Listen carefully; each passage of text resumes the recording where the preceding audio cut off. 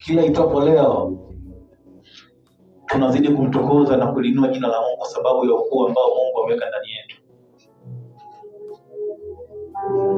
Katika hali ya kutafakari, ni sasa na vile mtu uweze kukumbuka ama kutazama maisha ya mtoto ama familia ya kitajiri.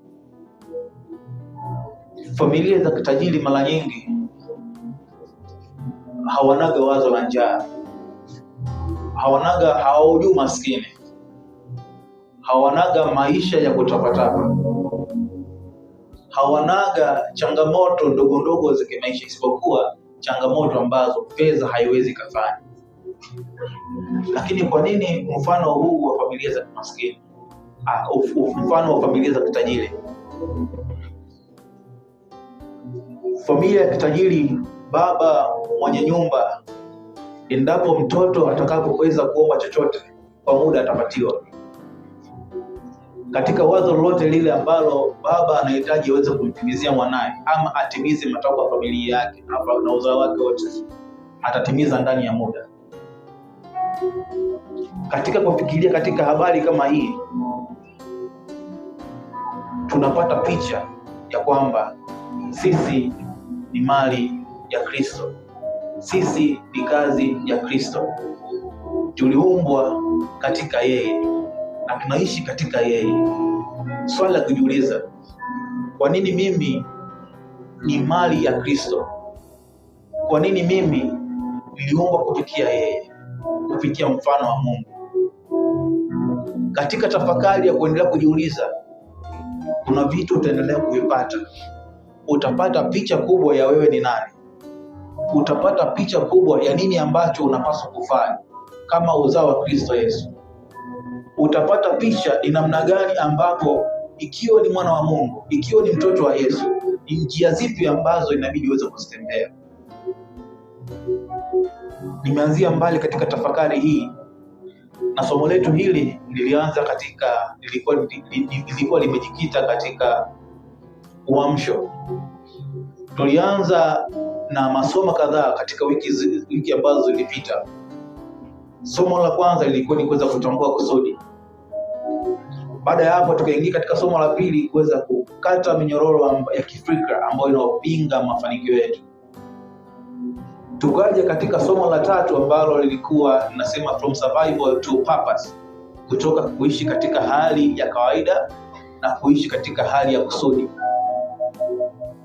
Na leo tuko katika mfululizo wa somo lile, na katika title kubwa ile ya somo letu la uamsho, tunahitaji tuweze kumwamsha mtu wa ndani ambaye ameumbwa na Kristo Yesu kwa mfano wake.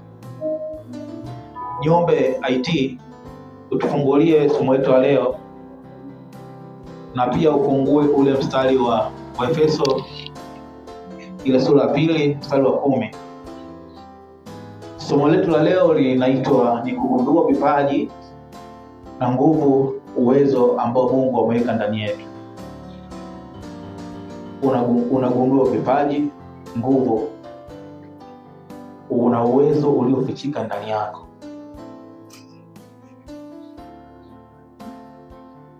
Ninahubiri kwa kufundisha, na hata slide hizi ukizipitia zimeenda straight na utaweza kuzielewa, na baada ya hapa IT utaweza kuzigawia kwenye grupu na mtaweza kuzipata. Lakini kuna magrupu kadhaa, kwa niombe muweze kunisikiliza kwa kitu ambacho ninachoenda kuweza kusummarize katika wakati huu. Waefeso ile sura ya 2 mstari wa 10 inasema kwamba maana tu kazi yake tuliumbwa katika Kristo Yesu tutende matendo mema ambayo tokea awali Mungu alitengeneza ili tuenende nayo. Haleluya tu Mungu. Maana tu kazi yake tuliumbwa katika Kristo Yesu. Maana sisi ni uzao wa kifalme, sisi ni uzao wa kitajiri wa kumiliki. Mwanzoni kabisa tulizungumzia kuhusiana na habari ya ile kitabu cha Mwanzo, ambapo Mungu alivyoweza kumuumba binadamu wa kwanza, akampa mamlaka ya kutawala na kumiliki. Lakini pia katika kitabu cha Efeso bado inaendelea kutukumbusha kwamba sisi bado ni uzao, ni mfano wa Mungu. Tuna uungu ndani yetu.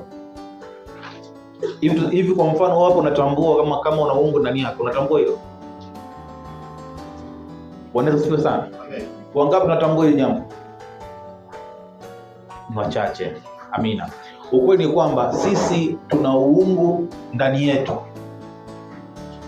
Kwa mtu ambaye hajui maana ya uungu, tuna nafasi ya kufanya kama Mungu lakini sio kama Mungu. Yaani kuna ile particle, kuna part ambazo sisi tunaweza tukazifanya kama Mungu alivyofanya, kama kuumba, umeelewa? Kubuni, ambapo hakuna chochote ambacho kimetengenezwa chini ya dunia kinachoweza kufanya kama sisi binadamu. IT, twende mbele kidogo. Pia ni kuombe IT tutembee pamoja kwa sababu sina remote ya kuslide.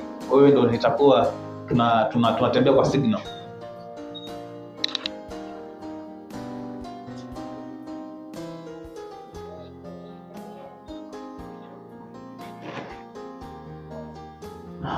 Lengo letu la somo hili, baada ya masomo haya kuna mambo kadhaa ambayo itabidi uweze kufahamu na uwe na uwezo nayo.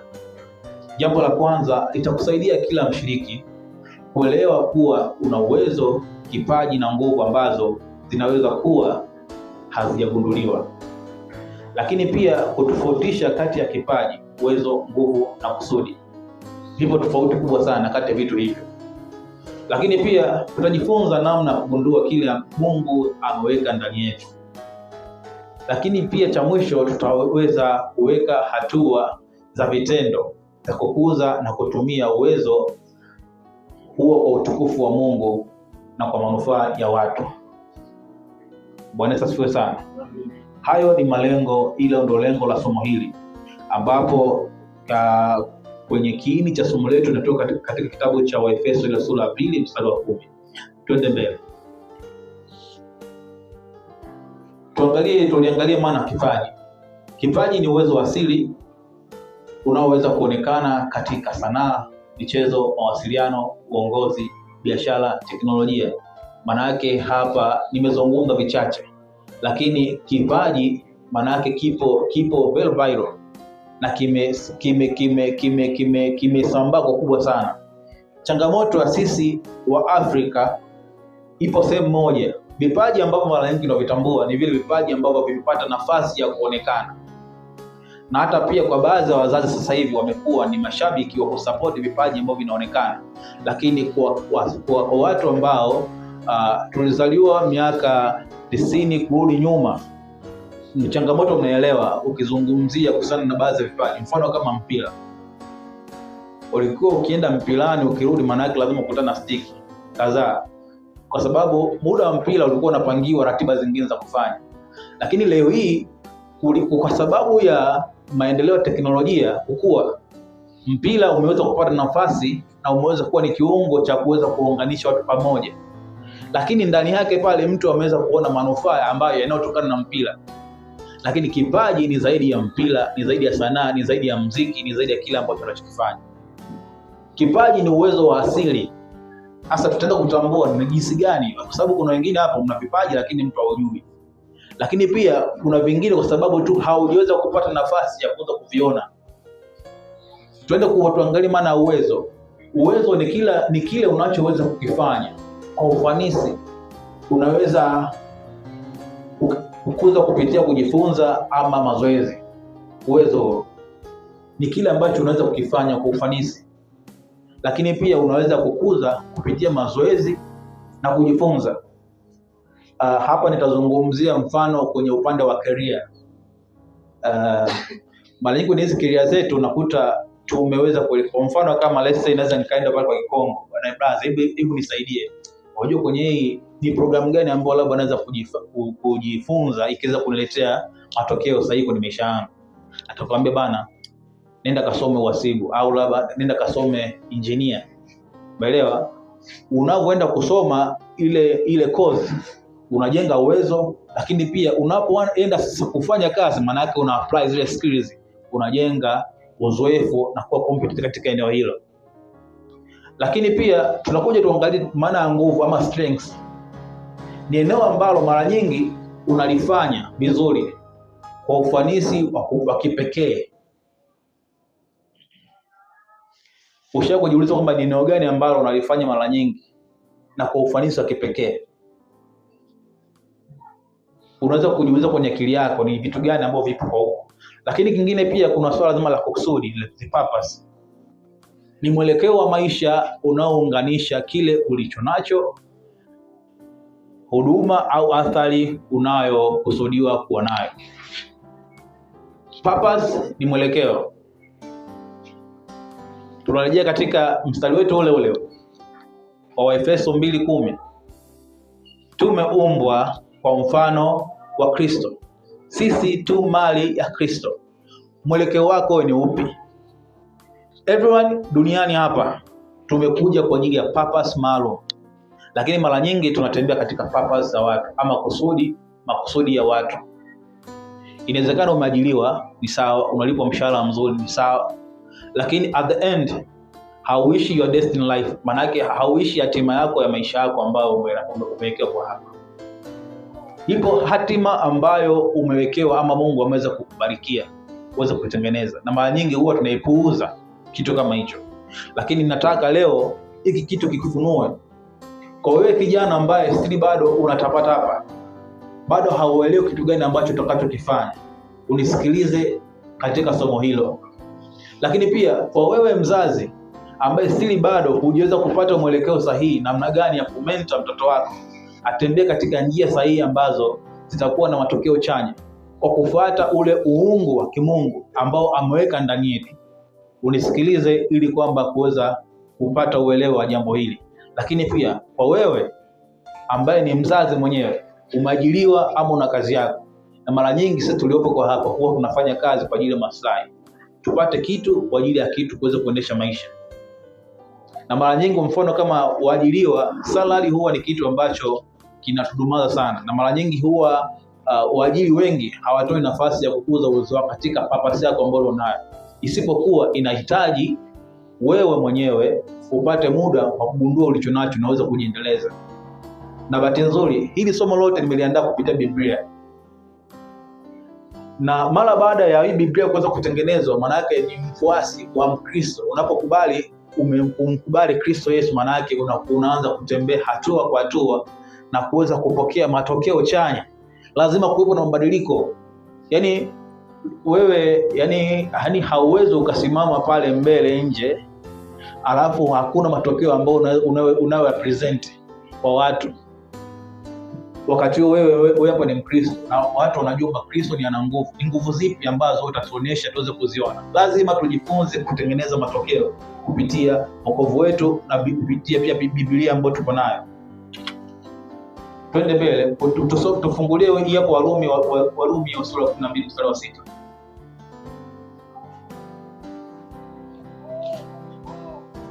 Unaweza kuipuza kidogo hapo?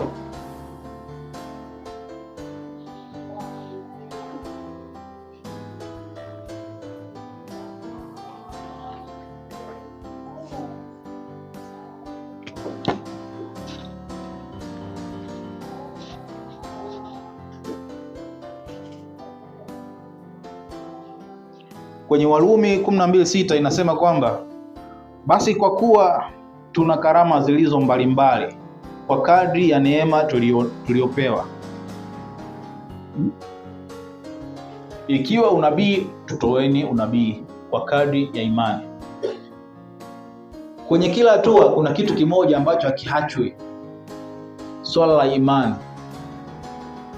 Na mara kadhaa huwa nakisema na kifundisha sana kwa swala la imani.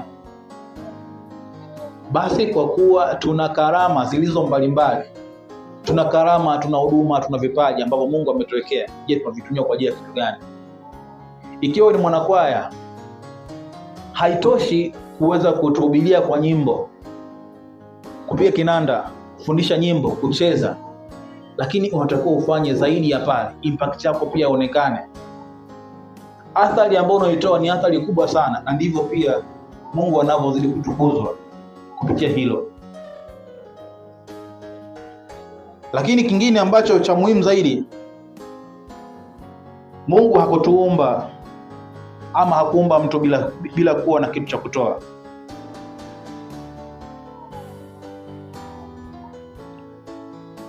Kila mtu ana thamani na mbele za Mungu na ana nafasi ya kuchangia katika familia, kanisa na jamii.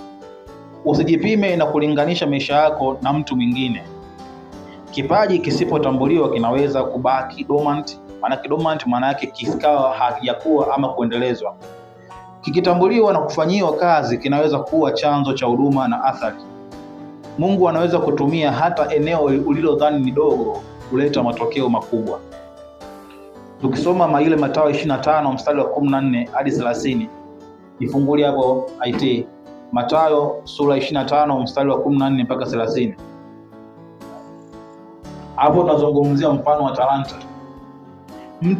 Mungu anaweza kutumia kidogo, kile kidogo ambacho unachokiona ni kidogo, kifanya kuwa ni kikubwa. Macho yote ubaoni, twende. Maana ni mfano wa mtu atakaye kusafiri. Aliwaita watumwa wake, akaweka kwa mali zake. Akampa mmoja talanta 5, na mmoja talanta 2, na mmoja talanta 1. Kila mtu kwa kadri ya uwezo wake akasafiri. Mara yule aliyepokea talanta 5 akaenda akafanya biashara nazo, akachuma faida talanta nyingine 5. Vile vile na yule mwenye 2, yeye naye akachuma nyingine 2 faida.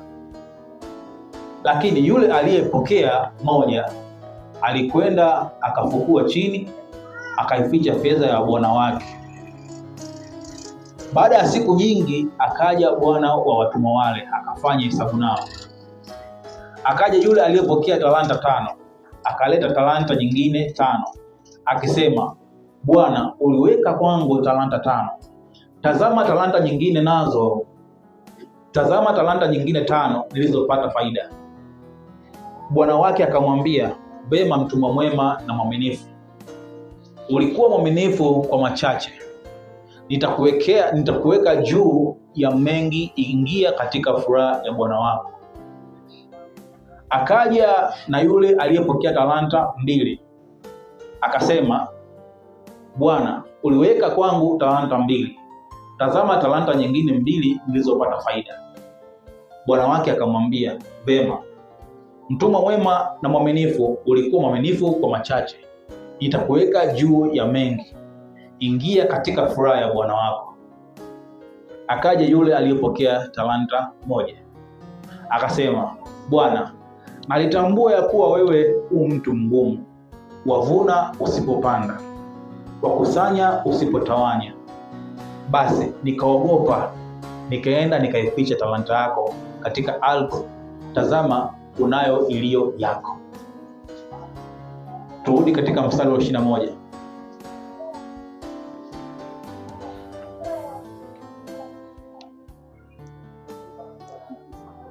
Bwana wake, hapa tunazungumzia yule mtumwa mwaminifu, mtumwa wa 5 na mtumwa yule wa pili, wa kwanza na wa pili.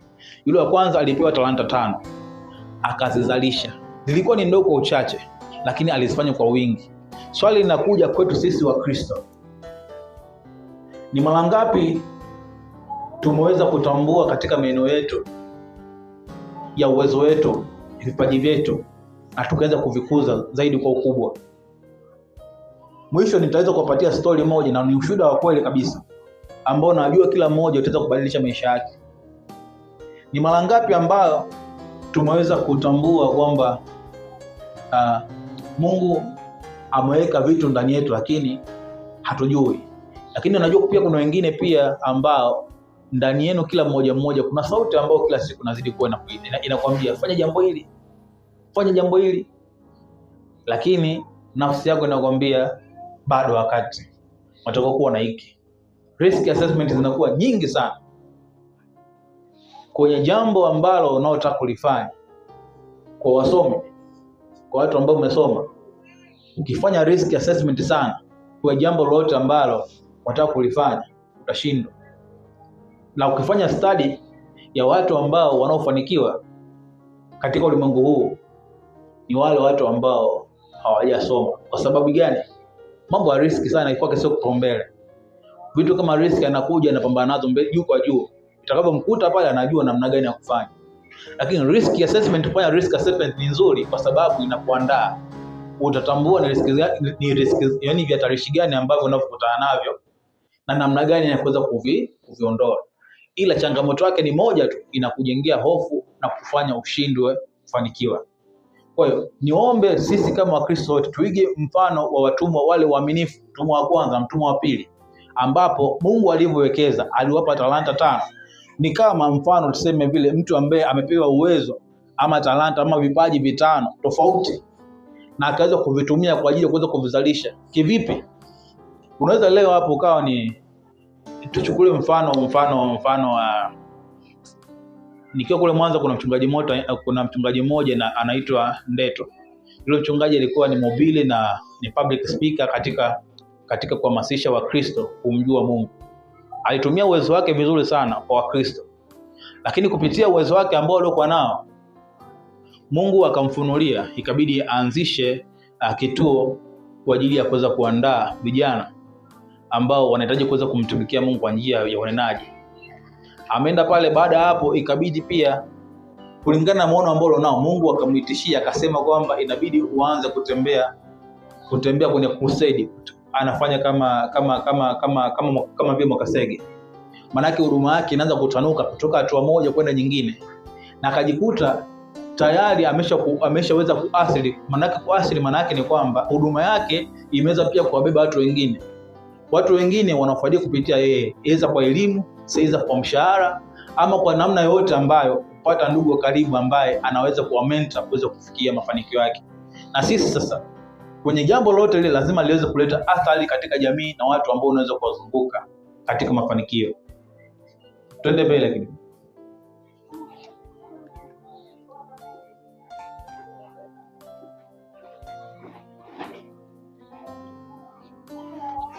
Kwa nini vipaji hubaki vimefichwa?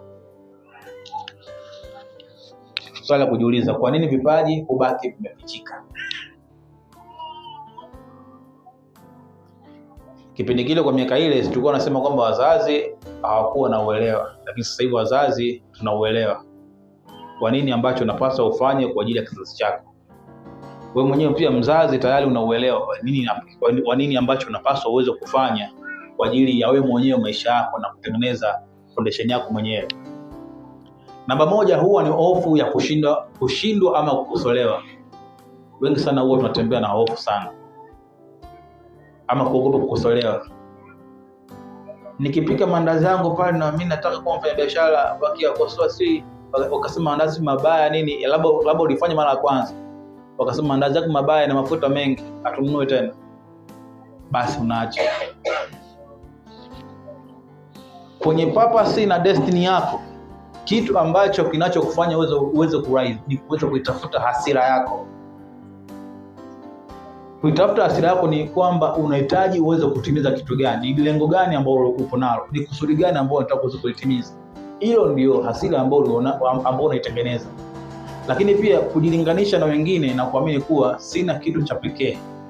Watu wengi huwa tunajilinganisha na watu tofauti. Sema mimi kwa sababu mchungaji Swea anaweza kuhubiri, mimi siwezi kwa sababu sio wito wangu, sio eneo langu. Tayari hapo ni changamoto. Unabaki umeweza kujificha. Lakini pia kutokujitambua, mtu hajawahi kujiuliza anafanya nini vizuri. Kuna kitu kinaitwa meditation. Kwa Kiswahili nini? Meditation. Kwa Kiswahili yake nini? Meditation. Kama tafakari. Yaani unakosa muda wa self assessment, utafakari wewe mwenyewe. Yaani kutwa kupita wewe ni busy na makumbushani, umetoka nini? Yaani hauna muda peke yako. Hilo pia ni tatizo katika ukuaji wa akili, nafsi na roho yako. Ni tatizo kubwa sana. Tafakari inaanzia katika usomaji wa neno la Mungu, Biblia. Na baada hapo ndio unafunguka zaidi. Unajifanyia assessment mwenyewe. Mimi ni Mkristo. Maandiko yananiambia nini? Maandiko yametoa ahadi zipi? Maandiko yananielekeza nifanye kitu gani? Siku yangu leo nimeitumia vipi? Katika sheria na maagizo maandiko nimefanya kitu gani? Tangu nilipoweza kuamini na kuwa Mkristo, ni ahadi zipi ambazo zimetimia? Hiyo yote ni tafakari. Lazima pale uweze kujitambua ni nani. Kuna mtu mwingine hapo anamuuliza hivyo ni nani? Mimi hapa ni engineer. Hiyo sio identity yako. Maengineer wapo wengi, lakini hiyo sio identity yako. Unaweza leo kuwa wewe ni engineer lakini una utofauti mwingine engineer mwingine. Utofauti upo katika uwezo na kusudi na kila mmoja. Wewe ushajiuliza kwa nini miradi mikubwa inakuwa na maengineer zaidi ya 10 ambao katika eneo moja na wanashirikiana kwa pamoja? Kwa nini kama tusimweke engineer mmoja yeye akafanikisha? Ni maswali ya kuweza kujiuliza. Yote hayo yanajibiwa kwenye maandiko. Twende mbele. Kuna upande mazingira yasiyotoa nafasi ya kujaribu, kujifunza. Rudi pale. Mazingira yasiyotoa nafasi ya kujifunza na kujaribu ama kuonyesha uwezo. Kuna watu ambao wanatoka kwenye familia ambazo hazitoi nafasi ya mtu kujaribu. Kuna watu ambao kwenye nafasi zao za kazi, bosi ni anabana kwelikweli. Yaani hakuna namna ambapo utaweza kuonyesha uwezo wako. Kuna vijana pia ambao wanapambana katika maeneo ambayo uliopo. Kuna kitu unataka kuweza kufanikisha lakini unabaniwa. Haya yote yanaweza kukufanya ushindwe kuweza kutambua. Lakini kingine, kuna uvivu, kukata tamaa, kukosa nidhamu ya kuendelea vipaji. Tuna uvivu pia mwingi ambao umetutawala. Uvivu, kuna ile kauli ambayo inasema nitafanya kesho, nitafanya baadaye. Baadaye ikifika saa 10 hivi nitaamka nifanye, au mwezi ujao nitafanya. Huo tayari ni uvivu. Hebu tusome ile Timotheo wa pili sura ya 1 mstari wa 6 ambayo inasema kwamba kwa sababu hiyo na kukumbusha uichochee karamu ya Mungu iliyo ndani yako kwa kuwekewa mikono yangu. Uvivu tulionao unashusha karama na vipawa tulivyonavyo. Unaviharibu sana. Tunashindwa kufikia lengo husika ambalo Mungu ametuwekea na ameweza kutuagizia. Lakini kingine ni kukosa malezi. Tunakosa malezi sahihi, wazazi. Tunakosa pia mentor au mtu wa kutoa mrejesho wa kweli. Kuna wakati mazingira ambayo unaokaa hauna mtu ambaye anaweza kudirect ufanye hiki, upite hapa ili kufikia kitu fulani. Lakini pia tunakosa walezi. Walezi maana yake ni mlezi bora ambaye anaweza kukulea katika uwezo wako ulionao mpaka kufikia kusudi. Twende mbele.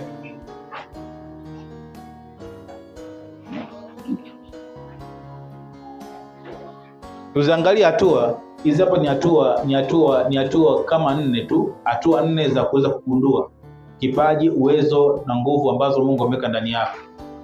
Njia ya kwanza ya kuweza kufanikisha hivyo ni uweze kujichunguza. Jichunguze. Haya hapo ni maswali ambayo utaweza kujiuliza. Ni shughuli gani ambayo unazifanya kwa hamu hata bila kulazimishwa? Shughuli zipi?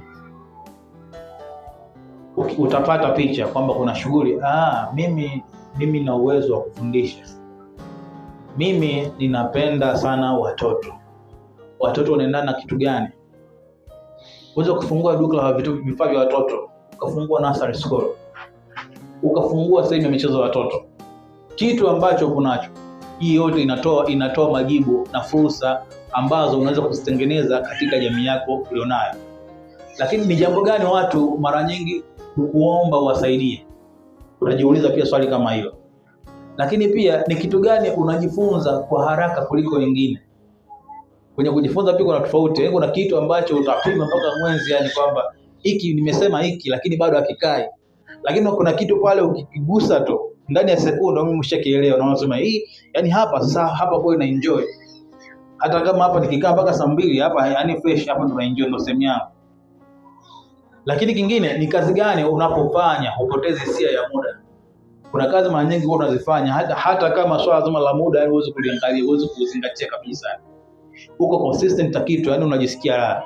Mfano mdogo ni kuna mdogo wangu yeye huwa anapenda kupiga kinanda. Unaweza kukuta anaamka asubuhi, aenda sebuleni anachukua kinanda pale, ile iko busy. Unamwambia umekula? Hata brother sisi hata njaa. Ni sehemu yake ambayo anaenjoy. Maana yake anapoteza mpaka hisia ya muda. Anafanya kile kitu ambacho alicho nacho. Ni masuala ya kujiuliza kama haya. Ni kazi gani ni changamoto gani katika jamii inakugusa kiasi kwamba unatamani kuitatua kwa jamii ambayo inakuzunguka? Swali la kujiuliza hilo. Changamoto ipi? Tusandike sana ni mengi, ila nitaachia hiyo nani alafu nitaweza kuwapatieni. Lakini ni matokeo gani mazuri ambayo watu wamewahi kuchambua nayo? Mara nyingi kwenye jamii zetu tayari kuna watu ambao washafanya vitu na washavionyesha aidha kwa kujua ama kutokujua. Lakini tayari kuna athari ambayo isha kutokea. Mfano mdogo unaweza ukajikuta kwa siku moja mtu mmoja alikuwa akiweza kuzungumza na watu. Yule brother alikuwa ni mzuri sana kwenye upande wa ushauri. Akaenda pale akaanza kushauri watu, alikuwa anazungumzia kuhusiana na migogoro ya ardhi, akashauri wale watu ambao walipigana hivyo. Baada ya hapo anapata comment. Kiwalisema mimi hizi mambo nilikuwa sijui, kwa kweli kwa hapo umeweza kunisaidia.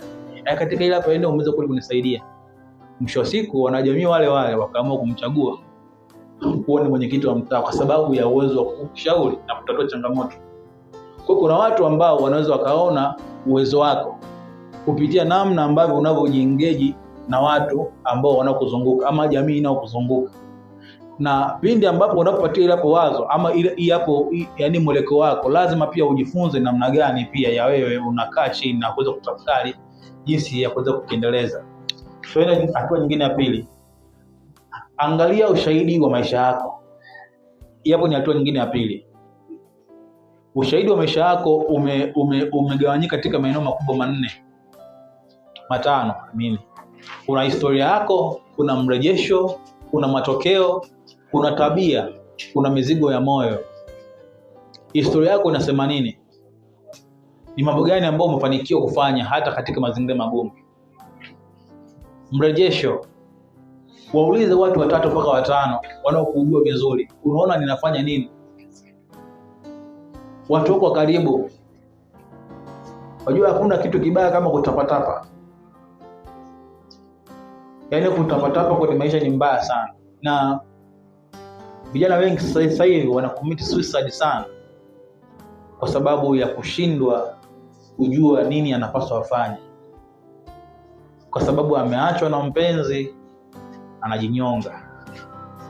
Mzazi ambaye kamsomesha kuanzia primary, sio kindergarten mpaka amefika chuoni, mzazi inabaki moyo majeraha. Changamoto ni nini? Mapenzi yamemharibu. Lakini hii yote ni kushindwa kujua kusudi lako wewe ni nini. Unapofanya maamuzi, lazima ni muhimu sana uweze kushirikisha neno la Mungu linalokuongoza. Methali 18:16 inasema kwamba zawadi ya mtu humtengenezea nafasi, kumfikisha mbele ya wakuu. Zawadi ya mtu. Wewe hapo unaweza kutafakari labda ni zawadi gani ambayo ulionayo inaweza siku moja ikakutanisha na matajiri 5 top 5, yani top 5 wa hapa duniani. Matajiri 5 top 5 ni zawadi gani ambayo ulionayo?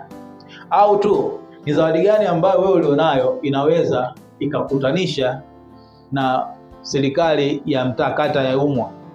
Zawadi gani? Nazungumzia zawadi ni kile kipaji, uwezo na nguvu ambazo Mungu ameweka ndani yako. Kila mmoja nacho, lakini lazima uweze kukitambua na ukitumie kwa ajili ya kusudi. Ukiendelea kunao mstari ule, kwenye mstari ambao unaofuata unakwambia kwa mtu asiyekuwa na zawadi hata uweze kupata nafasi ya kukaa na wakuu. Inasema kwamba ujiteteaye kwanza huonekana kuwa na haki, lakini jirani yake huje na kumchunguza. Kura hukomesha mashindano, ukata maneno ya wakuu. Ndugu aliyechukizwa ni ngumu kuliko mji wa nguvu, na mashindano ni kama mapigo ya ngome. Ndio mpaka hapo. Lakini jambo jingine, tuendelea kwenye hatua nyingine ya 3.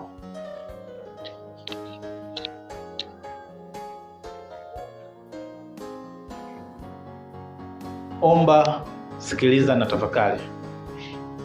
Tulizungumza habari ya kutafakari. Kuna swala la kusikiliza, kuna swala la kuomba. Ni mara ngapi ambayo tumekuwa ni watendaji wa neno?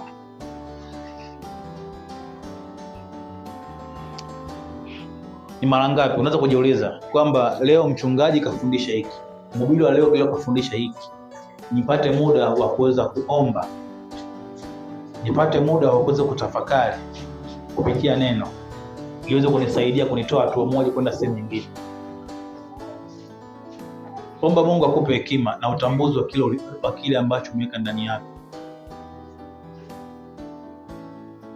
Unapoomba Mungu anasikia, anafungua. Kitendo tu cha wewe kuwa ni mwana wa Mungu tayari ni uthibitisho tosha. Chochote unachokihitaji kinafanikiwa. Yakobo 1:5 inasema, lakini mtu wa kwenu akipungukiwa na hekima, na aombe dua kwa Mungu aombe dua kwa Mungu awapaye wote kwa ukarimu, wala hakemei, naye atapewa. Chochote kile. Na ule mstari mwingine ambao unasema kwamba bisheni nanyi mtafunguliwa, ombeni nanyi mtapewa. Si ndio? Mungu ameahidi, ameshasema zote hizo ni ahadi zake. Ninahitaji wana IGC katika haya masomo hadi mwaka unaisha, tuje na ushuhuda kwa mchungaji, mpaka sasa hivi hapa tumepanda mbegu hii. Na kwa wale Mungu atakaweza kuwabarikia, imeshaanza kuchipukia. Ushuhuda ni kitu kikubwa sana mbele za Mungu. Maana yake ni kwamba unamshinda shetani na vitu ambavyo ameweza kuviweka ndani yako ushindwe kuvifanya. Unapokuja kushuhudia, tayari ni silaha tosha, tunamwaibisha shetani. Twende ya mwisho ya 4. Jaribu kipaji, uthibitishwe na vitendo, actions. Ukisha kigundua kipaji chako, hautaki kulaza damu, lazima uanze kukifanyia kazi. Tulizungumza kwa habari ya kipaji, yani usielewe katika dhana ya sanaa ya kitu gani, sio kitu gani. Kipaji tulizungumza katika lugha gani ambayo uweze kunielewa yani. Kwa sababu notion na sisi wa Afrika tunaendaga, nakumbuka mwaka 2023 tulikuwa na program maalum wa shuleni. Ukienda kule, wangapi na vipaji? Tunaonyesha mkono vingi na kuja pale mbele. Wewe, mimi kuimba, wewe kucheza, wewe, mimi mpira. Vipaji vinaishia sehemu 3 tu. Mwingine kukimbia, kucheza mpira, basi. Kwa nini? Hatuwezi tukalaumu, yani hatuwezi tukailaumu generation yetu, ila ni vile vipaji ambao vinakuwa vimepata nafasi ya kuonekana. Vinaonekana na watu wengi, na watu wengi wanavitumia kama fursa. Lakini besides, una vipaji vingi sana. Hata tu swala la wewe kusikia kwa usikivu mzuri, yani uwezo wa kunasa sauti mita 100 mbele, unasikia sauti ya kitu gani? Hiyo tayari uwezo na nguvu ambao nayo. Na zipo namna ya kuendeleza, na zipo maeneo ya fursa, vitu kama hivyo. Uwezo wa biashara na wenyewe. Wenda kule mtu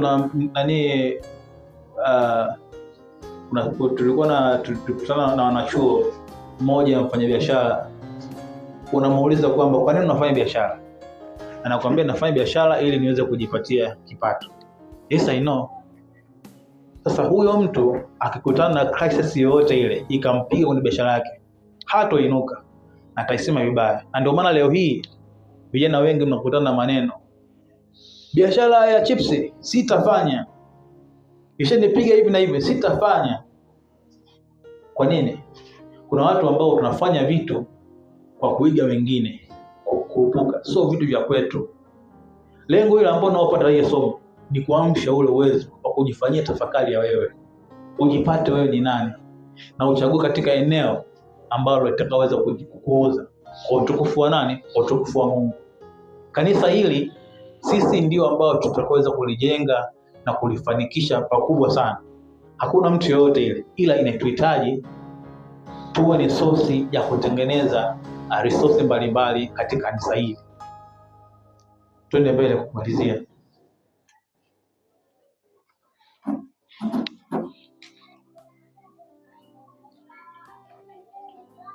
Kuna formula hii hapa ambayo itawasaidieni. Ukipata muda utaipitia. Kipaji pekee hakitoshi. Mtambue hilo. Kipaji ukijumlisha na nidhamu unapata uwezo ambao unaotegemeka. Ni uwezo ambao uko kamili. Ukiwa na kipaji hauna nidhamu, you're down. Uwezo na maarifa tayari ni taaluma. Kuna watu leo hii hudharau sana kipaji chao ama vile uwezo wao.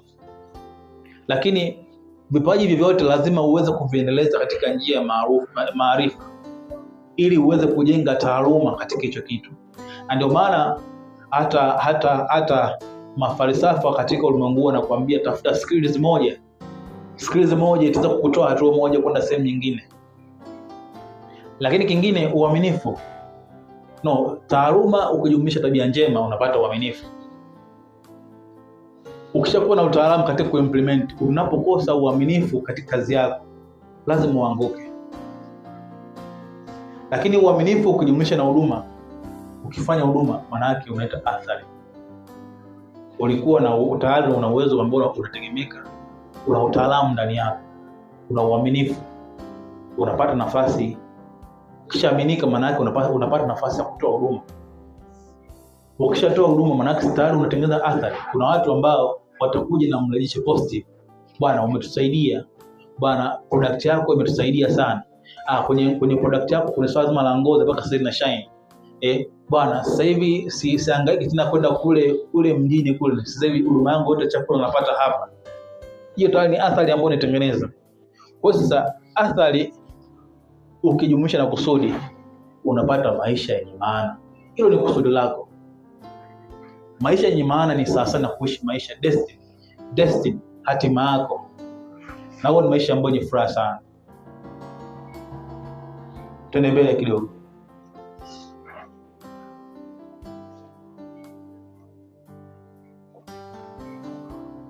Twende mbele. Hizo sehemu ambazo mtakazoweza kuzisoma.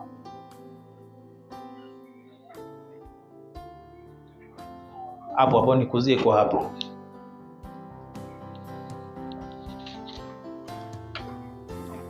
Wakati nifungulie Petro wa kwanza sura 4 mstari wa 10. Petro wa kwanza sura 4 mstari wa 10.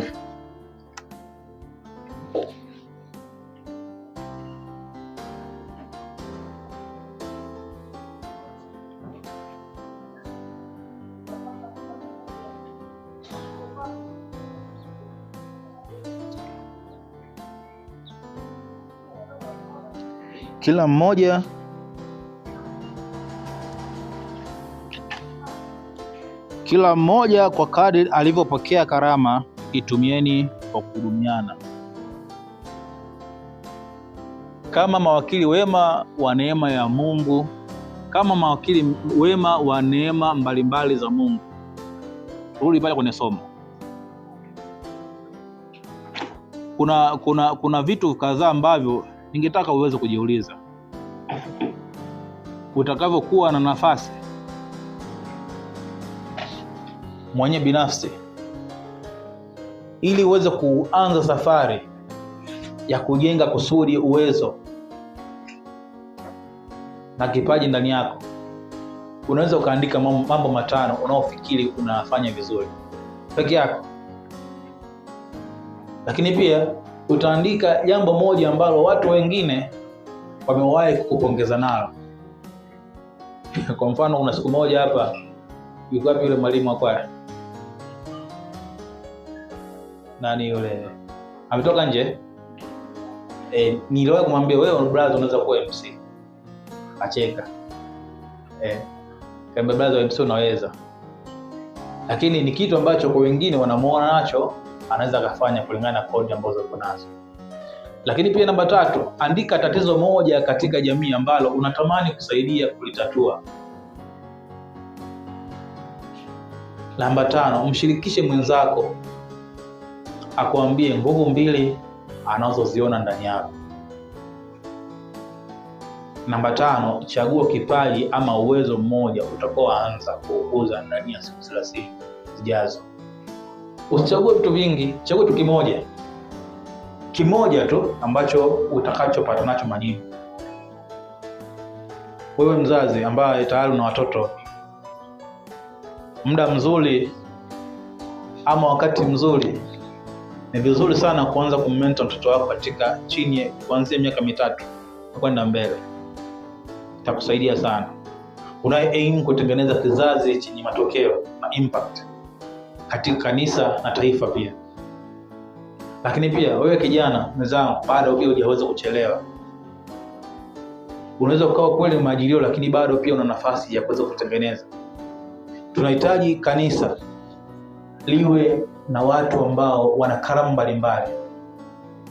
Nipongeza sana idara ya IT. Najua pia kuna idara tofauti kulingana na professional zao ambazo wanafanya. Kuna watu pia ambao ni mafundi ambao pia wanafanya pakubwa sana kwa kanisa. Kanisa tunapokuwa na watu tofauti wenye karama tofauti, tunaendelea kukili ushindi na kuamini kwamba kweli Kristo aliye ndani yetu anatuwezesha, na tunaona makuu kupitia vitu ambavyo Mungu ameweza kuacha ndani yetu. Mfano ambao ni malizia na hii story moja ambayo ni ya kweli, na nadhani hata pia yeye mwenyewe ashaweza kuitoa public, ni kusana na Masanja Mkandamizaji. Masanja Mkandamizaji siku moja tumekutana nao ofisini kwake. Tulikuwa pia ni watu ambao ni wakutapatapa vile vile.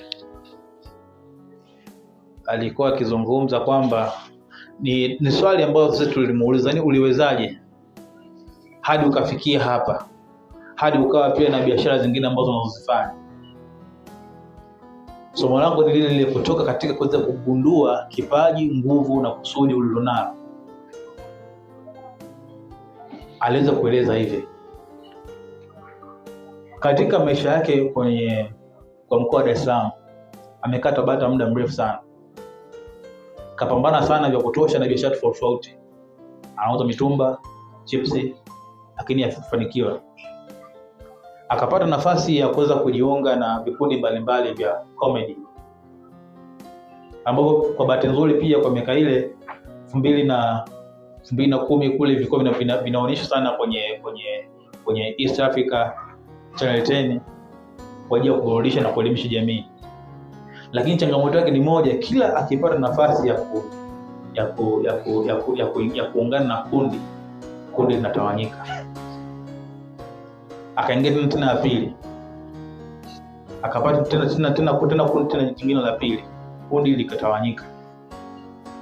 Kwa hali ya kawaida, maana yake ni kwamba anafanya kazi moja, tunaingia location na shoot kazi, baada hapo kundi linatawanyika. Lakini wewe kundi ulilikuta liko zima na linafanya na lina malengo yake vizuri. Ukiingia tu ndani tayari unasambatika. Akaenda kwenye kundi jingine la 3. Hao walikuwa naitwa The Comedy Show. Kipindi kile inaonyesha pale East Africa TV. Ameshuti nao kazi pale Tabata Hotel. Ile tu pale usiku ameingia pale tayari kundi likasambatika. Anakuambia kiuhalisia hakuwa sawa kiakili, kimwili na kiroho. Alisi ni kama vile amerogwa. Akili yake inamwambia arudi kijijini kule atlisi wakampige maji. Lakini baadaye mwenyewe akasema hapana, endelea kupambana hivyo. Kwa hiyo baadaye pale ametoka. Kile kipindi kilikuwa kinaenda kwa muda wa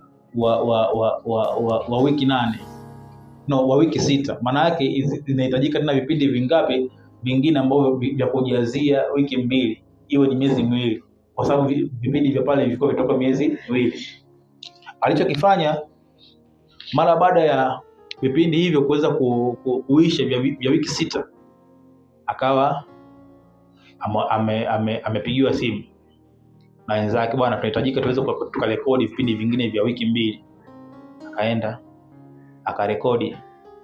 Baada ya kurekodi vipindi vya wiki 2 akaondoka, kwa sababu ni kama ule mfano wa Elia Mtishibi aliyokuta na ule mama aliyekuwa na kile kinini, anaunga kidogo wikuni ale ajipikie na afi na mwanae. Ndipo matumaini ya Masanja yalivyokuwa kwamba hapa mara baada ya hapo maana yake tutupige lakshari kwamba tunafanya vipindi, baada ya hapo tunaondoka. Sasa yule pale bosi alikuwa hajamjua, akaenda kama bosi, mimi naomba kitu kimoja unisaidie. Nipe tu nafasi ya kuweza kuwa naonyesha vipindi vyangu kwa hapa ili niweze kuendelea kujijengea brand. Bosi akamwambia, wewe unafahamu gharama za kuendesha kipindi kwa lisali moja ni shilingi ngapi? Akasema sifahamu. Basi ondoka.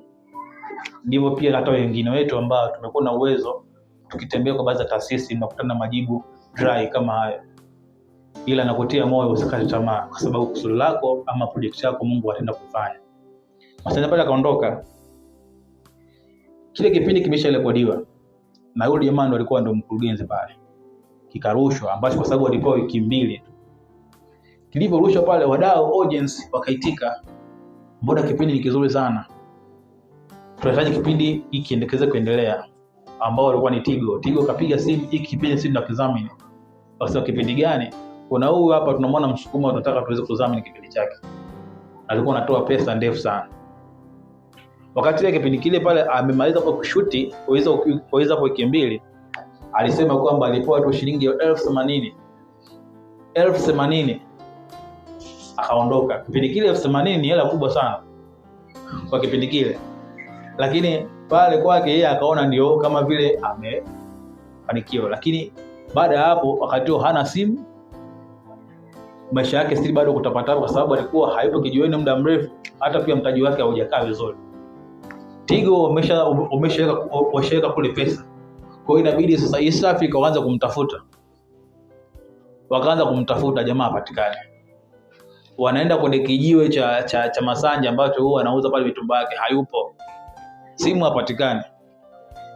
Unafahamu kama vile mtu unatafuta, ukisha kufika pale unamtafuta mtu fulani, alafu unaona kama gari fani kali pale zimefika hapa zimepaki, unahisi kama labda sio umeiba.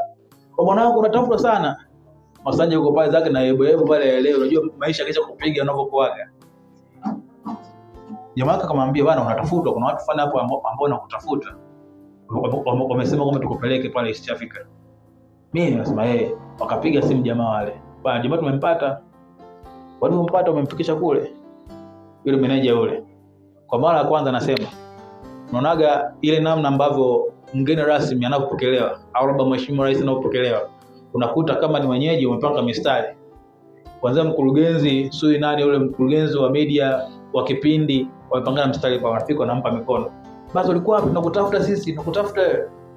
Nini ambacho alichokuwa nakisema kwamba kwenye maisha kukata tamaa ni mwiko.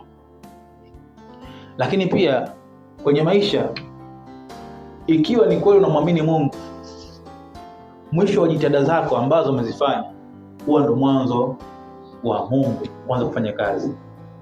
Najua kuna watu wengine hapo mmeweza kumshuhudia Mungu katika kipindi kigumu sana. Yaani umefika hatua umekata tamaa, hauna cha kufanya, hauwezi kusema Mungu bora nife.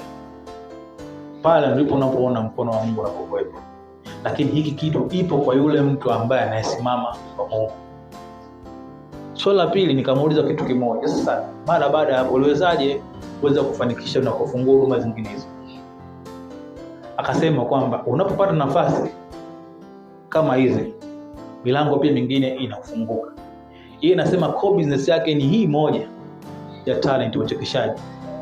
Uchekeshaji ndio ambao umempatia vitu vingi ambavyo alivyonavyo kwa sababu ya uchekeshaji. Hiyo ni talent ya mtu. Sasa ninachotaka kukwambia kitu kimoja. Nikuombe ndugu yangu. Hakuna formula moja ya maisha mafanikio ya binadamu. Kila mmoja ameweza kufanikiwa historia yake. Lakini katika asubuhi ya leo ondoka na kitu kimoja. Gundua kipaji chako ama uwezo wako ama kusudi lako, tembea nalo. Lakini pia usikate tamaa. Usikate tamaa kwa changamoto yoyote ile. Na hata pale utakapohisi umechoka na hauwezi, usiondoke madhabahuni kwa Mungu, wala usiweze kutoa neno lolote na kuweza kumwathiri Mungu, kwa sababu Mungu yeye anaofahamu mwanzo wetu na mwisho wetu, na yeye ndiye atakayeweza kumaliza. Aliyekuumba leo hii ndiye atakayeweza kumaliza. Kuna mengi sana ambayo kila mmoja akisema atoe historia yake alikopitia, ni Mungu tu anajua. Kila mmoja kapita. Sasa kuna wakati mwingine ambao binadamu inafika tu unawaza kwamba Mungu, kwa nini sasa hiki hapo unanifanyia hiki? Lakini hapo unasahau kuna kipindi sisi binadamu tunasahau sana. Unamwambia Mungu, naomba unisaidie, yaani ukinivukisha hapa tu mimi nitakuwa mtu mzuri sana kwako, nitakutolea sadaka, nitaweza kufungua huduma. Mungu kwa elimu mwaminifu ni anafanya. Lakini sisi tumekuwa ni watu ambao tunakengeuka sana. Promises zetu sio promises za kweli. Tujifunze pia kuweza kuenenda, tuzingatie sana promises zetu kwa Mungu, ili tuweze kutembea katika kusudi la Mungu na mafanikio ambayo Mungu ameweza kutuandikia. Nikombe sana Mungu akafungue milango ya baraka katika maisha yako. Mungu akafungue uwezo ulionao kuanzia kwako mwenyewe, watoto wako na kizazi chako, kikao cha neema na mafanikio zaidi. Siku zote umtegemee Mungu, wala usikate tamaa. Na Biblia hii unayoona mafundisho yote ya kijamii ambayo yanayotokana na kule, ukiyafuatilia kwa uwanda mkubwa sana, yametokana na huko. Isipokuwa tu hawataji Mungu, hawataji Yesu, lakini kila kitu kipo huko. Nikombe kwa wewe Mkristo ambaye umezaliwa katika Kristo na ukakiri kwamba Yesu ni Bwana Mwokozi wa maisha yako, pata nafasi sana ya kusoma neno. Utakuwa ni mtu wa tofauti sana. La mwisho, acha kuishi maisha ya hofu, ya kuogopa falme za giza ambazo zipo hapa duniani. Kwa sababu falme za giza ambazo zipo hapa duniani hazimgusi mtu yule ambaye amemkiri Yesu Kristo. Na kusema kweli, I'm telling you, unapokiri jambo kama hilo, Mungu anakusimamia vizuri sana.